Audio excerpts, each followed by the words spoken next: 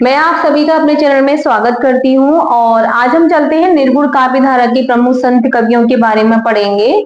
तो उसमें से अभी मैंने केवल 3 के ही नाम ब्लैक बोर्ड पे लिखे हुए हैं। तो सबसे पहले जो है आपके कबीरदास जी हैं। कबीरदास जी का जो जन्म हुआ था वो आपके 1398 और मृत्यु उनकी कब हुई थी 1518 में। आप चाहें तो इनका वो भी लिख सकते हैं कि इनका जन्म कहाँ हुआ था, इनकी मृत्यु कहाँ हुई थी। वो वैसे कम ही पूछा जाता है लेकिन फिर भी आप चाहें तो उसे देख सकते हैं। अब इनकी रचनाओं के जो नेम है वो आपके साकी, सवद और रमैनी है और इनके गुरु आपके कहलाते हैं गुरु रामानंद। ठीक है। अब इनके बारे में एक प्रसिद्ध पंक्ति है जिसका जो कि है कि मासी कागज छुओ नहीं, कलम गयो नहीं हाथ। यानी कि इनका कहना था कि मुझे कलम और कागज के बारे में कोई भी जानकारी किसी प्रकार की नहीं थी। मैं जानता भी नहीं था, ना ही मैंने कभी कागज को छुआ है और ना ही मैंने कभी कलम को अपने हाथ में लिया है।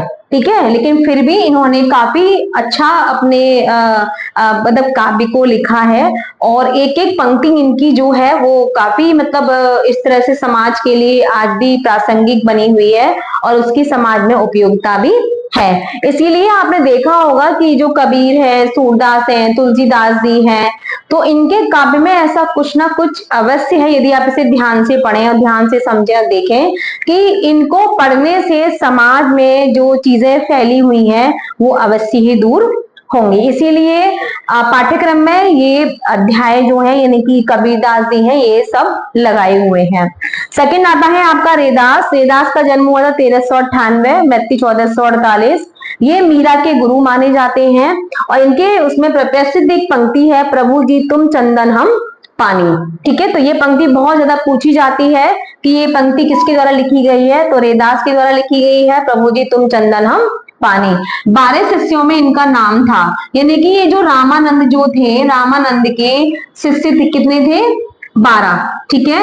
उन 12 शिष्यों में इनका भी एक नाम था क्योंकि रेदास ने भी रामानंद से ही दीक्षा ग्रहण की थी।